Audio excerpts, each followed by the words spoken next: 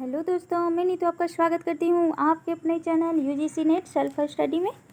तो आज जो मैं वीडियो लेकर आई हूँ वो यूजीसी नेट पर जो जून में जो एग्ज़ाम हुआ था, जो लेटेस्ट पेपर है, तो फर्स्ट शिफ्ट का मैंने क्वेश्चन करा चुका है। अगर आप नहीं देखे हैं तो ज़रूर से उस वीडियो को देखें। पार्ट 1 और पार्ट 2 में डिवाइड मैंने किया है। और ये जो है ये सेकेंड शिफ्ट का पेपर है। तो ये दिसंबर के एग्ज़ाम के लिए काफ़ी इम्पोर्टेंट होता है दोस्तों, क्योंकि अगर आपको पैटर्न इसका पता नहीं चल रहा है कि क्वेश्चन किस तरह के आ रहे हैं तो आप अच्छा स्कोर नहीं कर पाएंगे। तो इस कारण जो है ना, तो जितना भी लेटेस्ट पेपर हुआ है मैं सारी करवाने वाली हूँ। तो आप बिल्कुल मेरे साथ बने रहें, ठीक है। तो चलिए, अगर आप मेरे चैनल पर न्यू हैं तो ज़रूर से मेरे चैनल को सब्सक्राइब कर लें और अपने दोस्तों तक भी शेयर करें इसे। तो बिना विलम्ब के सीधे चलते हैं प्रश्न की तरफ। तो सेकेंड शिफ्ट देख लेते हैं। और मैं आप सभी दोस्तों को आज स्वतंत्रता दिवस की हार्दिक शुभकामनाएं। और इसके साथ ही आज वीडियो का शुरुआत करते हैं। चलिए, तो पहला क्वेश्चन हमारा है, ये कहानी से पूछा गया है। तो पूछ रहा है कि चीफ की दावत के संबंध में कथनों पर विचार करें। कौन से कथन है चीफ की दावत में? तो देख लेते हैं। जो कथन है ये है कि व्यक्ति को वस्तु के रूप में देखने वाली मानसिकता का प्रतिकार करती है चीफ की दावत में। मध्यवर्गीय शहरी मानसिकता के खोखलेपन को उजागर करती है ये कहानी। और निम्न मध्यवर्गीय परिवार की संस्कृति का प्रभावी चित्रण भी इसमें देखा गया है। तो ये जो तीनों जो है ना, ये काफ़ी इम्पोर्टेंट है आपके लिए। ये पूछा जा सकता है, इसको उलट पलट के किसी तरह से भी क्वेश्चन बना लेता है, क्योंकि जो है इसके विषय वस्तु को यहाँ पे लिया गया है कि इसमें मेन जो है मेन थीम क्या रही है, तो यहाँ पर ये दिखाई दिया गया है। तो आपका इस तरह आंसर जो है 4 नंबर करेक्ट हो जाएगा। अगला क्वेश्चन देख लेते हैं। अगला जो क्वेश्चन है वो है कि जन्म काल के अनुसार आपको रचनाकारों को लगाना है। तो सबसे पहले जो हैं वो सियाराम गुप्त आ जाएंगे। उसके बाद उदय शंकर भट्ट आ जाएंगे, ठीक है। उसके बाद सोहन लाल द्विवेदी आ जाएंगे। और उसके बाद जो है श्याम नारायण पांडे जी आ जाएंगे, डी। और उसके बाद आपका रामधारी सिंह दिनकर, जो कि 1908 ईस्वी में इनका जन्म हुआ है। तो इस तरह जो आपका आंसर है वो ए करेक्ट होगा। और जितने भी रचनाकार पे हैं जो प्रीवियस ईयर क्वेश्चन में पूछा गया है मैं सारे करवा दूंगी, तो यहाँ आप टेंशन मुक्त रहें इस बात से, ठीक है। अगला क्वेश्चन देख लेते हैं। अगला जो क्वेश्चन है असर्शन और रीजन का क्वेश्चन है, देख लेते हैं। असर्शन है कि प्रयोगवादी कवि ने जिस नए सत्य के शोध और प्रेषण के नए माध्यम की खोज की घोषणा की थी वह सत्य इसी मध्यवर्गीय समाज के व्यक्ति का सत्य था, ठीक है। तो ये तो सही है, लेकिन रीजन जो है मध्यवर्गीय समाज के सत्य की अभिव्यक्ति प्रयोगवाद में पहली बार हुई है, तो ये सही नहीं है, तो ये गलत है। तो इस तरह जो आपका आंसर है वो थर्ड सही हो जाएगा। आगे देख लेते हैं। थियोसॉफिकल सोसाइटी की पहली शाखा भारत में कहाँ खुली थी? तो ये था मद्रास। और ये PYQ क्वेश्चन है, ये पहले भी आ चुके हैं। आगे क्वेश्चन देखते हैं। आगे क्वेश्चन है कि निराला की कविताओं के संबंध में कौन कौन से कथन जो हैं सत्य यहाँ पर हैं। तो पान में ही मैं ही चुना और कुकुरमुत्ता, ये कविता की पंक्ति हैं, ठीक है। और वह हंसी बहुत कुछ कहती थी, तो ये बांधो ना नाव इस ठाव बंधु गीत से लिया गया है। और डी जो है रजू कुटिल प्रसार कामी केस गुच्छ, यह पंक्ति जागो फिर एक बार कविता में आई हुई है। तो इस तरह जो आपका आंसर है वो थर्ड जो है वो सही हो जाएगा, ठीक है। अगला क्वेश्चन देख लेते हैं। अगला क्वेश्चन है कि इसमें मूर्धन्य जो ध्वनि है, आपको दिखाई दे रहा होगा शायद, मूर्धन्य जो ध्वनि है कौन कौन से हैं। तो ये ट हो जाएगा और ड हो जाएगा और ठ हो जाएगा। तो ट वर्ग के जितने भी पांच पंचम जो ध्वनि हैं वो कौन से आते हैं, तो मूर्धन्य ध्वनि के अंतर्गत आते हैं। तो इस तरह जो आपका आंसर है 2 राइट होगा। अगला क्वेश्चन देखते हैं कि पुष्टि मार्गीय की मान्यताओं में क्या क्या अंकित था। पुष्टि मार्गीय जो कवि थे वो उनमें क्या क्या था, तो वो भगवान के अनुग्रह पर भरोसा करते थे और नित्य लीला में प्रवेश का विश्वास भी रखते थे और विधि निषेध का पालन नहीं करते थे। तो इस तरह जो आपका आंसर है 3 सही हो जाएगा। अगला क्वेश्चन देख लेते हैं कि प्रकाशन वर्ष के अनुसार आपको लगाना है यहाँ पर, ठीक है। तो सबसे पहले यहाँ पे जो आएगा वो कुरुक्षेत्र ही आएगा, ठीक है। कुरुक्षेत्र जो है 1946 में है, ठीक है, 1946 ईस्वी में है। रसवंती जो है, रसवंती 50 है, ठीक है, 1950। रश्मि रथी, सामधेनी उसके बाद आ जाएगा। सामधेनी जो है 46 में, उसके बाद सामधेनी आ जाएगा, सॉरी सामधेनी आएगा। उसके बाद पहले आएगा, पहले मैं बता दूं, पहले आएगा रसवंती, ठीक है, उसके बाद आएगा कुरुक्षेत्र, उसके बाद आएगा सामधेनी, उसके बाद आएगा रश्मि रथी, उसके बाद आएगा उर्वशी। तो चलिए इसका सन देख लेते हैं। तो कुरुक्षेत्र जो है ये 1946 ईस्वी में है, ठीक है। उसके बाद जो है आपका, सॉरी मैं कंफ्यूज हूँ, ठीक है, पहले रसवंती आएगा, ठीक है। पहले रसवंती जो है वो 1945-46 में है रसवंती, ठीक है। तो पहले एग्जैक्ट याद नहीं आ रहा है, रसवंती 39 में है शायद, ठीक है, नहीं रसवंती शायद 40 में है, ठीक है, 40 में है। उसके बाद कुरुक्षेत्र जो है वो 46 में है। उसके बाद जो सामधेनी है वो आपका 47 हो जाएगा, सामधेनी 47। उसके बाद जो रश्मि रथी है वो 51-52 हो जाएगा और उसके बाद जो उर्वशी है वो आपका 61 में हो जाएगा। तो इस तरह जो आपका आंसर है वो 1 करेक्ट होगा। तो आपका जो इसका सन याद रखना है ट्रिक के माध्यम से। तो मैं इस पर भी जल्द ही वीडियो बनाऊंगी, पहले PYQ करवा दूंगी। अगला क्वेश्चन देख लेते हैं, बिहारी के काव्य से रिलेट है। तो बिहारी के काव्य के संबंध में वासुदेव सिंह का क्या कथन रहा है।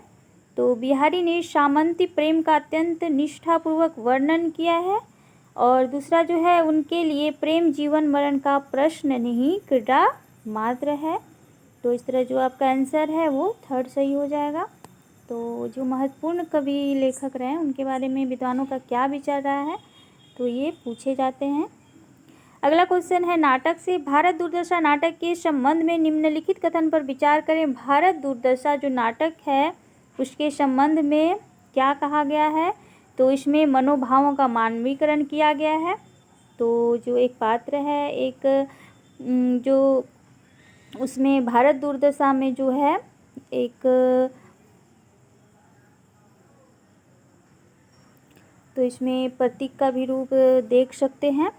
तो एक प्रतीक के माध्यम से जिसमें 6 अंक है टोटल, और इसमें ब्रिटिश राज्य की निर्ममता एवं शोषण का चित्रण किया गया है। इसमें भारत भाग्य, भारत दुर्देव इत्यादि, आलस, मदिरा, इस तरह के पात्र हैं जो एक प्रतीक के रूप में यहाँ पे लिए गए हैं, जिसका मानवीकरण किया गया है। तो इस तरह इसका जो आपका आंसर होगा वो 4 हो जाएगा। अगला क्वेश्चन देखते हैं, अकहानी आंदोलन के बारे में है। तो अकहानी आंदोलन से कौन से कथन सत्य हैं यहाँ पे, तो अकहानी का मूल जो स्वर था वो विरोध और निषेध का था। दूसरा है कि गंगा प्रसाद बिमल रविंद्र कालिया इस आंदोलन के प्रमुख प्रवक्ताओं में से एक थे। और एबस्ट, थ्रेटर, एंटी स्टोरी, अस्तित्ववाद और बीट जनरेशन आदि के तत्व अकहानी की प्रकृति का निर्धारण करते हैं। तो ये कुछ पाश्चात्य काव्य के आलोचक रहे हैं जो इससे जुड़े हुए थे या प्रभावित थे, ठीक, तो इसकी प्रवृत्ति जो इसमें मिलती है। तो इस तरह जो आपका आंसर हो जाएगा वो 2 राइट हो जाएगा। आगे क्वेश्चन देख लेते हैं। अगला क्वेश्चन है सूची 1 को सूची 2 से मिलाना है। तो जली ठूंठ पर बैठकर गई कोकिला कूक, तो ये जो है ये शासन की बंदूक से लिया गया है। दूसरा है कि यह वह विश्वास नहीं जो अपनी लघुता में भी कांपा हो, तो ये जो है ये अकाल यह दीप अकेला से लिया गया है। ठीक है। धसो इसमें डर नहीं है मौत का, यह घर नहीं है, तो ये जो है शासन सतपुरा के जंगल से लिया गया है। और भूख कौन उपजाता है, तो ये जो है अकाल दर्शन से लिया गया है। तो इस तरह जो आपका आंसर है वो 3rd राइट हो जाएगा। अगला क्वेश्चन देख लेते हैं, उपन्यासों से है और इसके कथन पूछे गए हैं। तो उपन्यासों की भाषा कथा भाषा के संबंध में पूछा गया है कि उनकी भाषा कैसी रही है। तो जो राग दरबारी उपन्यास में शब्द क्रीड़ा श्रेष्ठ बिंबों का व्यंग्यार्थ प्रयोग किया गया है, तो ये सही है। मैला आंचल उपन्यास में भाषिक वक्रेपन नाटकीयता का प्रयोग है, तो बिल्कुल है। और शेखर एक जीवनी में बिंबों की दर्शनीय भाषिक छवियां को निखारा गया है इसमें, तो इस तरह जो आपका आंसर है वो ए राइट हो जाएगा। अगला क्वेश्चन देख लेते हैं। अगला क्वेश्चन है कि उपयुक्त कथन में आपका चयन करना है जो कि सही है। तो स्वनिम के 2 भेद होते हैं, तो खंडी और खंडितर, ये पूछा जा सकता है, तो आपको ध्यान में रखना है। यहाँ जितने भी क्वेश्चन आपसे पूछा जा रहा है उसके जितने भी निहित अर्थ हैं वो आपको ध्यान में रखना है, क्योंकि हो सकता है कि ये आपका डायरेक्ट आंसर के रूप में या क्वेश्चन के रूप में पूछा जा सकता है। तो इसका मायने है, तो इसको आप गंभीरतापूर्वक लें प्रश्न को, ऐसा नहीं कि सिर्फ आपको देखकर और निकल जाना है। अगला है कि स्वरों का स्वतंत्र उच्चारण किया जा सकता है और उत्पत्ति या विकास की दृष्टि से शब्दों के 4 भेद हैं। तो पूछा जा सकता है कि उत्पत्ति या विकास की दृष्टि से शब्दों के कितने भेद हैं। तो आपको इस तरह से इसका आंसर देखना है और सिर्फ आंसर के रूप में नहीं देखना है, इसका पूरा अर्थ को समझना है और पैटर्न को आपको समझना है कि क्वेश्चन किस तरह से पूछे जा रहे हैं आप। ठीक है।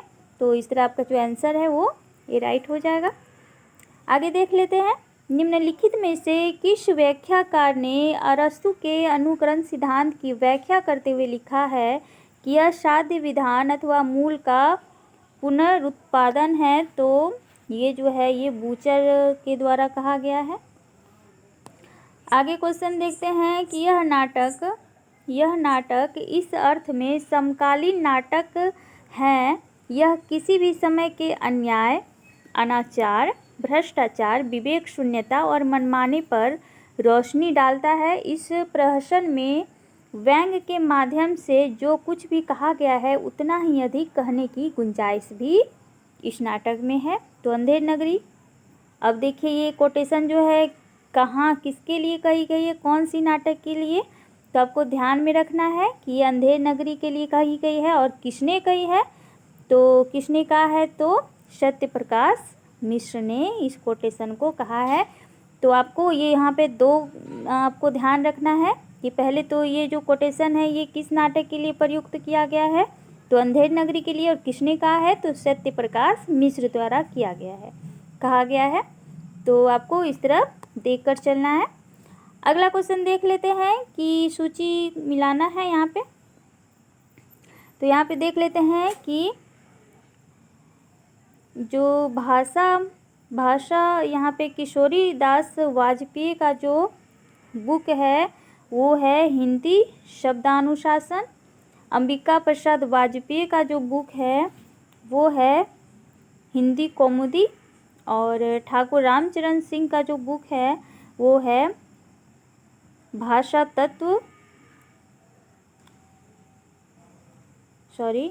प्रभाकर है। ठाकुर रामचरण सिंह का जो बुक है, इनका जो बुक है भाषा प्रभाकर है, और विश्वेश्वर दत्त शर्मा का जो बुक है वो है भाषा तत्व प्रकाश। तो इस तरह जो आपका आंसर है वो थर्ड हो जाएगा, क्योंकि डी जो है सिर्फ इसी में आप दे सकते हैं कि विश्वेश्वर दत्त शर्मा का जो बुक है भाषा तत्व प्रकाश वो सिर्फ थर्ड ऑप्शन में ही आ रहा है। तो आपको अगर कोई भी बुक, अगर कोई भी राइटर का यहाँ एक भी मिल रहा है तो देखिए डिफरेंट है, यहाँ पे सिर्फ 2, 3 और 4 में सिर्फ यहाँ पे ऑप्शन सेम है, बाकी बार इधर डिफरेंट है। अगर आपको ये पता होगा तो आप आसानी से कर सकते हैं। ठीक है, आगे देख लेते हैं क्वेश्चन को। निम्नलिखित में रामदरस मिश्र के निबंध को पूछा गया यहाँ पे। तो ये है कितने बजे है, बबूल और कैक्टस है और घर परिवेश है। तो इस तरह इसका जो आंसर है वो 2 राइट होगा। और ये जो है कितने बजे बबूल और कैक्टस कई बार पूछा जा चुका है, आपको ध्यान रखना है। अगला देख लेते हैं, ये भी उसी तरह सूची से ही पूछा गया है। तो व्योमकेश दरवेश जो कि किसका है, तो विश्वनाथ त्रिपाठी जी का है। तो यहाँ दोनों ऑप्शन में थर्ड है। तो अगला देख लेते हैं, कलम का जादूगर। कलम का जादूगर कौन है, किसने लिखा है, तो मदन गोपाल ने। तो बी का जो ऑप्शन है क्या होगा, 4 होगा। तो बी का ऑप्शन 4 है। तो इसमें भी है और इसमें भी है, चलिए छोड़ते हैं। आगे देख लेते हैं, घर का जोगी जोगरा। तो घर का जोगी जोगरा जो है वो कौन लिखा है, तो काशीनाथ सिंह जी का है। तो यहाँ पे चलिए, यहाँ पे ऑप्शन आपको मिल गया। ठीक है, क्योंकि काशीनाथ सिंह जी का है। तो इस तरह आपका जो आंसर 2 जो राइट होगा। उसके बाद आवारा मसीहा, ये तो फेमस है, जो कि आपका विष्णु प्रभाकर जी का है।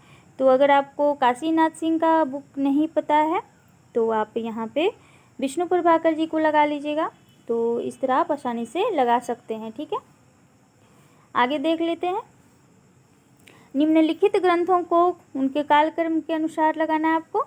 तो सबसे पहले आएगा आपका काव्य अनुशासन, उसके बाद चंद्रालोक, उसके बाद साहित्य दर्पण, उसके बाद रस गंगाधर और उसके बाद आपका रस मीमांसा, जो कि बाद में सबसे आएगा।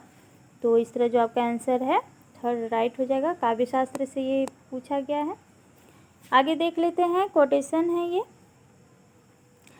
राजनीति ही मनुष्यों के लिए सब कुछ नहीं है, राजनीति के पीछे नीति से भी हाथ ना धो बैठो, जिसका विश्व मानव के साथ व्यापक संबंध है। राजनीति की साधारण छलनाओं से सफलता प्राप्त करके क्षण भर के लिए तुम अपने को चतुर समझने की भूल कर सकते हो।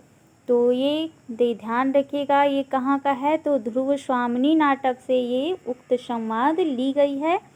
तो ये आपको बिल्कुल भी ध्यान में रखना है। हो सकता है कि ये पूछा जा, अभी इसके पात्र पूछे गए कि ये संवाद किसके द्वारा कहा गया है, लेकिन हो सकता है कि ये पंक्तियाँ दे के पूछा जा सकता है कि किस नाटक से लिया गया है।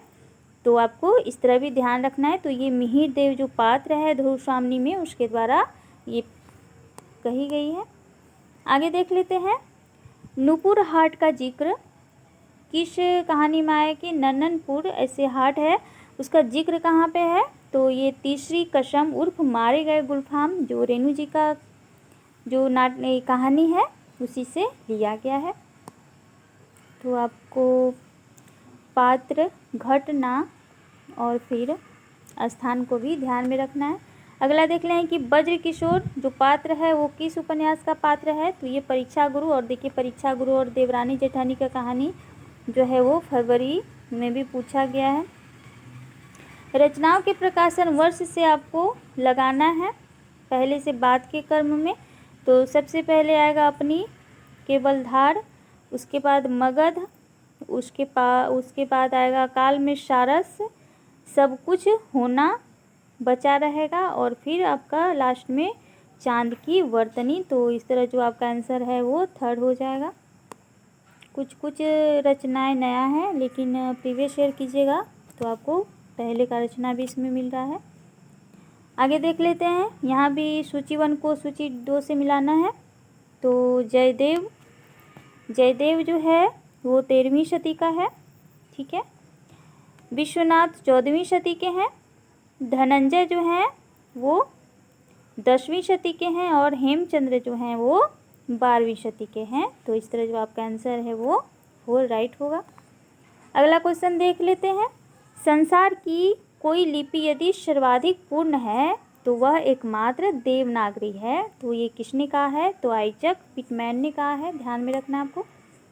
आगे देख लेते हैं कि पत्रिकाओं के प्रकाशन वर्ष के अनुसार संपादकों को पहले के बाद से कर्म में लगाना है आपको। तो सबसे पहले देख लेते हैं केशवराम भट्ट, उसके बाद सदानंद मिश्र जी आते हैं, उसके बाद उपाध्याय बद्री नारायण चौधरी जी आते हैं, उसके बाद प्रताप नारायण मिश्र आते हैं और उसके बाद रामपाल सिंह आते हैं। तो पहले से बाद के कर्म में आपका आंसर जो है वो 2 राइट होगा। अगला क्वेश्चन देखते हैं कि निम्नलिखित में से अर्धमागधी अपभ्रंश से कौन सी बोली निकली हुई है? तो वो है अवधी। और अर्धमागधी जो बोली है उसमें अवधी, बघेली और छत्तीसगढ़ी 3 बोली निकला हुआ है। तो ये भी आपको ध्यान में रखना है। आगे देख लेते हैं। राम मेरे राम का मुकुट भी राय जो निबंध की पंक्ति है उसको सही अनुक्रम में यहाँ लगाने बोल रहा है। तो सबसे पहले आएगा कि अभी 2-3 रात पहले मेरे एक साथी संगीत कार्यक्रम सुनने के लिए 9 बजे रात में गए। साथ में जाने के लिए मेरे एक चिरंजीव ने और मेरी एक मेहमान महानगरीय वातावरण में पली कन्या ने अनुमति मांगी। तो ये पहले हुआ है, वो लोग गए हैं। उसके बाद जो है बचपन में दादी जाते पर वह गीत गाती, मेरे घर से बाहर जाने पर, विदेश में रहने पर ये यहाँ गीत विवल होकर गाती थी। उसके बाद जो है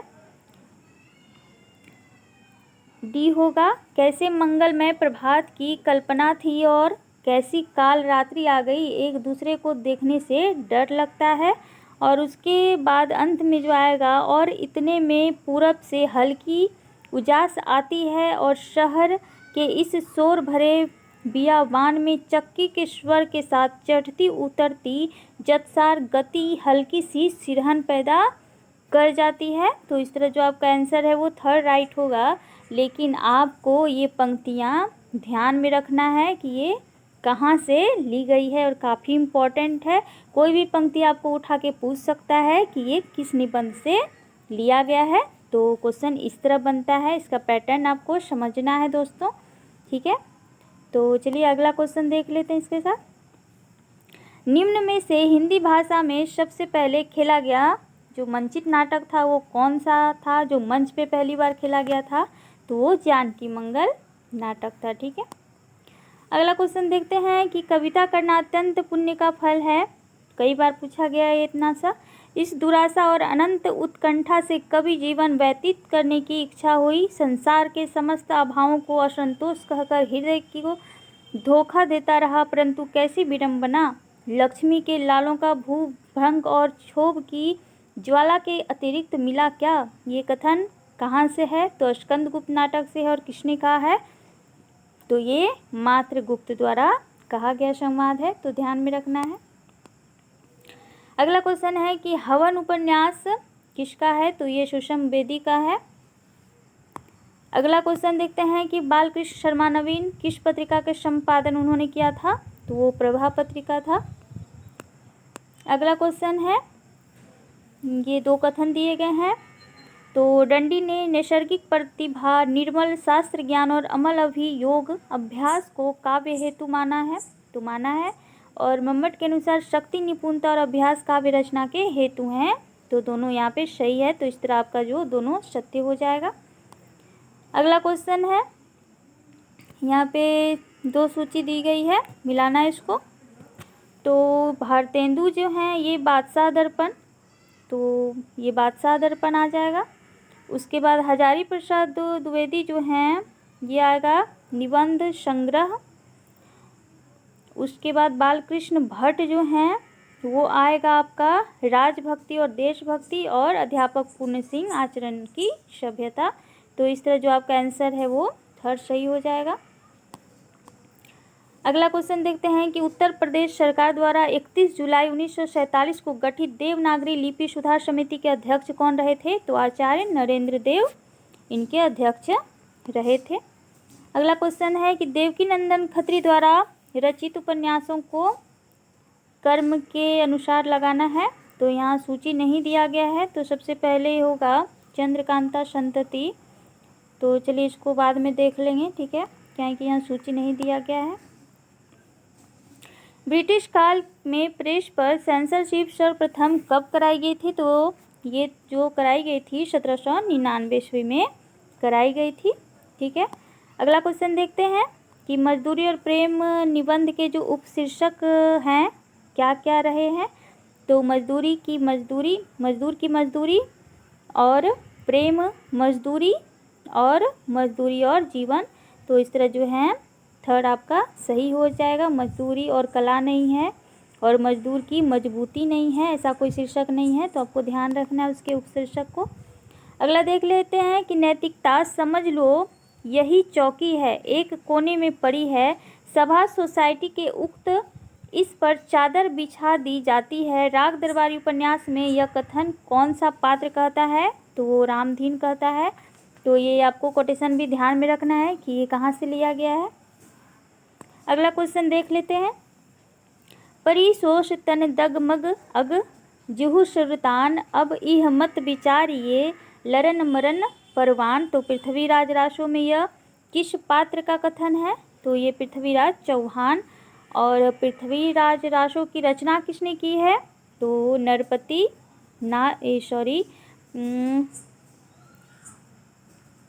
तो किसने किया है? तो पृथ्वीराज रासो का जो रचना किया है वो चंद्रवरदाई ने किया है। तो ये पंक्ति किसकी हुई? तो चंद्रवरदाई की हुई, लेकिन ये कथन किसका हुआ? तो पृथ्वीराज चौहान का हुआ। तो इस तरह आपको ध्यान में रखना है। आगे देख लेते हैं।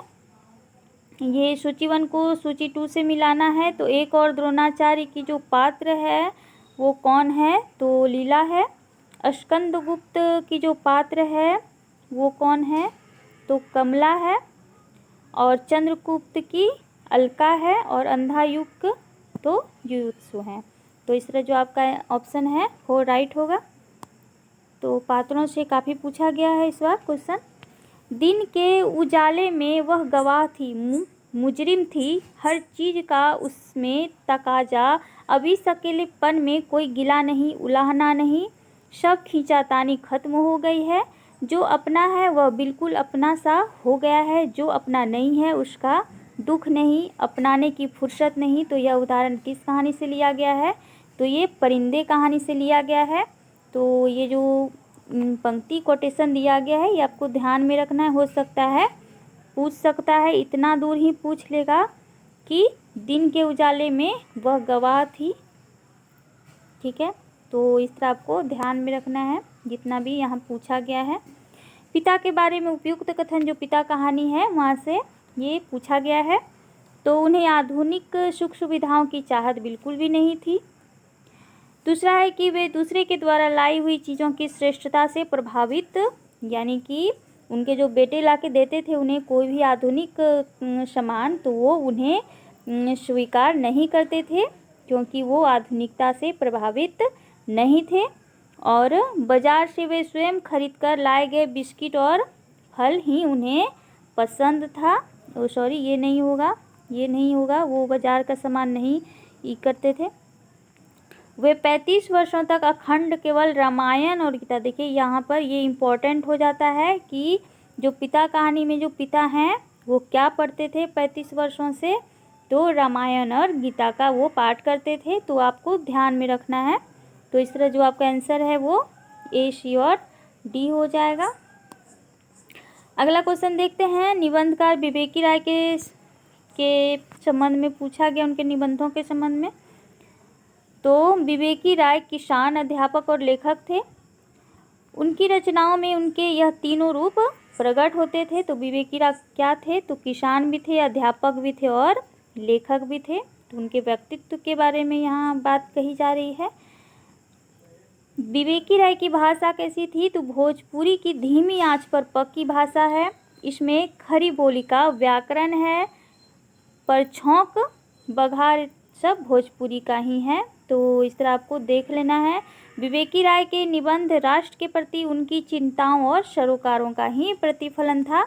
तो इस तरह जो आपका आंसर है वो 2 जो है राइट हो जाएगा। लेकिन आपको विवेकी राय की जितनी भी यहाँ बातें दी गई है वो आपको ध्यानपूर्वक पढ़ना है और समझना है, क्योंकि ये पूछा जा सकता है अगले एग्जाम में। ठीक है, अगला क्वेश्चन देख लेते हैं। भाषा के संबंध में पूछा गया है। तो भाषा के संबंध में मानव भाषा में भूमिकाओं की परस्पर परिवर्तनीयता होती है। तो सही बात है, भाषा परिवर्तित होती रहती है, एक जगह से दूसरी जगह और दूसरी जगह से तीसरी जगह। और आगे मानव भाषा यादृच्छिक होती है, तो बिल्कुल होती है। और भाषा द्वैता को अभी रचना की द्वैता भी कही जाती है। तो इस तरह जो आपका आंसर है वो 4 सही होगा। आगे क्वेश्चन है कि तुम जड़ पाषाण पिंड हो, तुम्हारे अंदर ना देवता है ना पशु है, यह एक अडिग जड़ता है। तो बाण भट्ट की आत्मकथा उपन्यास में यह कथन किस पात्र द्वारा कही गई है? तो ये निवनिया द्वारा कही गई है। तो आपको ध्यान में रखना है ये कोटेशन को और पात्र को भी, ठीक है, और उपन्यास को भी। अगला क्वेश्चन है कि संवत 1955 में उन्होंने उपन्यास मासिक पत्र निकाला और द्वितीय उत्थान काल के भीतर 65 छोटे बड़े उपन्यास लिखकर प्रकाशित किए। तो आचार्य शुक्ल का यह कथन किस उपन्यासकार के बारे में कहा गया है? तो वो थे इतिहासकार, जो ऐतिहासिक उपन्यासों के बड़े ही पुरोधे जानकार थे। तो कौन थे? तो किशोरीलाल गोस्वामी जी के बारे में शुक्ल जी ने ऐसा कहा है। तो आपको ध्यान में रखना है, ठीक है। आगे देख लेते हैं। सूची 1 को सूची 2 से मिलाना है। तो अस्तित्ववाद जो थे वो लैत्यूर थे, और फिर मनोविश्लेषणवाद जो थे वो CDW व्रे थे, ठीक है। और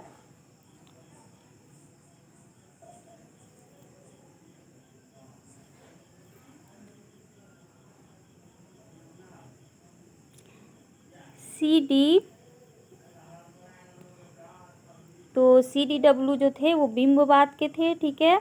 उसके बाद अस्तित्व, जो कामू व्यक्ति रहते हैं वो अपना अस्तित्व में ही जो है, ठीक है। उसके बाद लैत्यूर जो हैं ये जो थे ये उत्तर आधुनिकतावाद के थे। उसके बाद D जो है कार्ल गुस्ताव जुंग जो थे वो थे मनोविश्लेषणवाद के। तो आपको इस तरह आपका जो आंसर है वो 3rd सही हो जाएगा।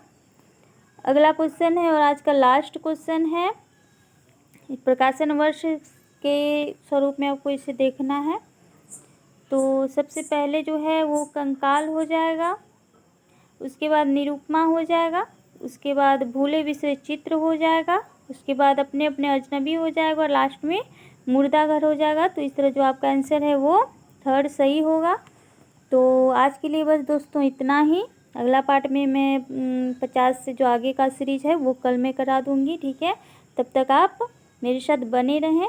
और मैं दिसंबर का जो पेपर होने वाला है उसके लिए भी मैं PYQ करवाने वाली हूँ, जो अभी लेटेस्ट PYQ में करा रही हूँ। और धीरे धीरे मैं ऐसे ही आगे का जो टॉपिक वाइज जो PYQ है वो मैं करा दूँगी। तो आपको इससे हेल्प मिलेगी काफ़ी। तो चलिए ठीक है, जुड़े रहें मेरे साथ। तब के लिए थैंक यू सो मच।